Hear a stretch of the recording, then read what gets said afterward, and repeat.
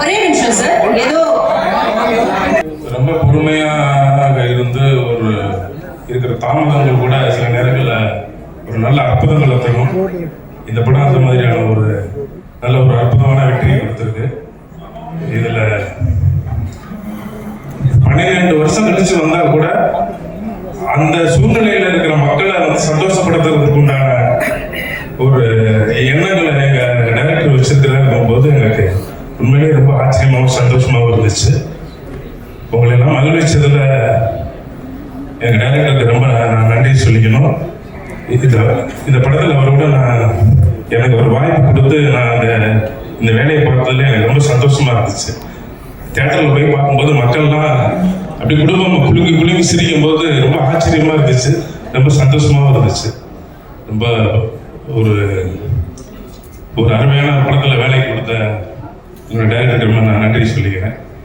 வணக்கம். Thank you Ponraj sir, எங்களோட art director. அடுத்த நினைச்சு சார், ஸ்ரீகாந்த் சார், நீங்க மைக் அந்த பக்கம் கொடுக்குறீங்க, நீங்க பேசுங்க. எல்லாருக்கும் வணக்கம். ஃபர்ஸ்ட் சுந்தர் சாருக்கு தான் தேங்க்ஸ் சொல்லணும், ஏன்னா இந்த ஆப்பர்ச்சுனிட்டி கொடுத்ததுக்கு. அப்புறம் எங்கள் வீர விஷால் சாருக்கு. ஸோ எல்லாருக்கும் தேங்க்யூ சார். அனைவருக்கும் வணக்கம். நான் முந்தா நாள் வந்து தேவி தியேட்டர் போய் இந்த படத்தை 2வது வாட்டி பார்த்தேன். 1000 பேரோட பார்த்துட்டு வந்தேன். வந்து நைட் வந்து ஒரு ட்வீட் போட்டிருந்தேன், அதை அப்படியே திருப்பி சொல்கிறேன், அதான் சரியாக இருக்குன்னு நினைக்கிறேன். I expected this film to be a miracle but now I realised it's history அப்படின்னு போட்டிருந்தேன். ஸோ பயங்கர சர்ப்ரைசிங்காக இருந்துச்சு அந்த ரிசல்ட் பார்க்க. நான் எப்பவுமே என் ஒய்ஃப் கிட்டலாம் சொல்லுவேன், அந்த படம் ரிலீஸ் ஆகுமா ஆகாதா அப்படின்னு கேட்பாங்க. என்றைக்கானாலும் அந்த படம் ஓரளவுக்கு ஓடிடும், அது ரொம்ப காமெடி படம் அப்படின்னு சொல்லியிருந்தேன். என் ஸ்டேட்மெண்ட்டு ரொம்ப ட்ரூவாக ஆகிறத பார்த்தேன். அந்த ரெஸ்பான்ஸ் வந்து ரொம்ப சந்தோஷத்தை கொடுத்துச்சு. Thank you so much for all the support. Thank you Richard sir. எங்கே சார் நீங்க? எம்ஜிஆர் இது வந்து எனக்கு பர்சனலாக ரொம்ப கனெக்ட் உள்ள ஒரு படம். இந்த டைரக்டர் படி பேச எனக்கு 1 day 2 daysலாம் பார்த்தாது. நான் அவ்வளோ சொல்லணும், பிகாஸ் அவ்வளோ ட்ராவல் பண்ணியிருக்கேன் சார் கூட. இந்த படம் எனக்கு பர்சனலாக பெரிய கனெக்ட். ஏன்னா வந்து இது மாதிரி டைரக்டரோட கலையில் போய் நகரெல்லாம் வந்து டிஸ்கஷன் உட்காந்துருக்கும், பர்ச்சேஸ் போட்டு அதெல்லாம் பண்ணிருக்கோம். பட் நான் டைரக்டாக ஃபர்ஸ்ட் ஃபுல் படம் ஒரு வசனமாக இருந்து இந்த படம் டைரக்டர் நம்பி எனக்கு கொடுத்த ஃபர்ஸ்ட் படம் மதராஜா. ஸோ வேற இந்த படம் தான். இதுக்கப்புறம் தான் 8 நிமிஷம் கலையில் போட்டு வர 1 2 3 4 வித்தியாசம் ஆம்பளை எல்லாமே வசனம் நல்லா கேட்டு எல்லாமே அப்புறம் தான். பட் விதை இந்த படம்.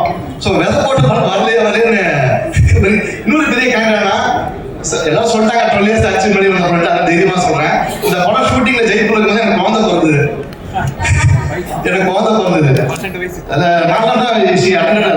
வயசுக்கு வந்தேன் என் பொண்ணு, பெரிய பொண்ணு. ஸோ என் பொண்ணு பிறக்கும் போது நான் ஷூட்டிங் இந்த படம் அவ வயசுக்கு வரும்போது it's blockbuster no. And எல்லாத்துக்காகவும் டைரக்டருடைய அந்த மெனக்கெடல். பிகாஸ் அவரை எத்தனை வருஷமா பார்க்குறேன் டைரக்டரை. ஒரு சீன் கன்சியூம் பண்ணும்போது இது மக்களை பேசணும், ஜனங்களுக்கு பிடிக்கணும், அது ரொம்ப மெனக்கெடுவாரு. மோஸ்ட் ஆஃப் தட் டிஸ்கஷன் ஒரு ஸ்கிரிப்ட் லாக் பண்ணிட்டோம், சீன் லாக் பண்ணிட்டோம்னா சரி பவுண்ட் பண்ணிட்டோம், ஷூட்டிங் எல்லாம் பண்ண மாட்டாரு. இந்த சீன்ல கொஞ்சம் இன்னும் பெட்டர் பண்ணலாமா, இது இப்படி பண்ணலாமா, இந்த சீனை இப்படி பண்ணலாமான்னு கேட்டுருப்பாரு. சரி ஷூட்டிங் பண்ணா ஷூட்டிங் முதல் நாள் திருப்பி நைட் உட்காந்து இந்த சீனை எப்படி பண்ணலாமா, சின்ன சேஞ்ச் இப்படி பண்ணலாம் சொல்லிட்டு இருப்பாரு. மரம் போனா காலையில போய் அங்கே போய் உட்காந்து இந்த சீனை இப்படி மாத்திடலாம், டோட்டலா அந்த கேரக்டர் உள்ள எடுத்துடலான்றாரு. ஸோ ஒரு ஸ்கிரிப்ட் ஒரே ஒரு சீனுக்கு அவ்வளோ ஒரு மைண்டுக்குள்ள எடிட் பண்ணிட்டே இருப்பாரு. பிக்சர்ஸ் வெளியே கொண்டு வரைக்கும். சார் படத்துல ஆர்டிஸ்ட் கேட்பாங்க, என்ன சார் சீன்பாங்க, சீனை சொல்லிடுறேன் ஆனா இதான் சீன் சொல்ல முடியாது அப்படின்னு சொல்லி சீனை சொல்லுவோம். ஏன்னா அந்த அளவுக்கு சீன் அங்க பெட்டர்மெண்ட் ஆகிட்டே இருக்கும் பிஃபோர் ஷூட் வரைக்கும். அண்ட் நாங்க ஒரு 12 years பிஃபோர் இந்த படம் ஷூட் பண்ணும்போது அப்படி இந்த பேன் இண்டியா கல்ச்சர்லாம் பெரிய பாப்புலர் கிடையாது.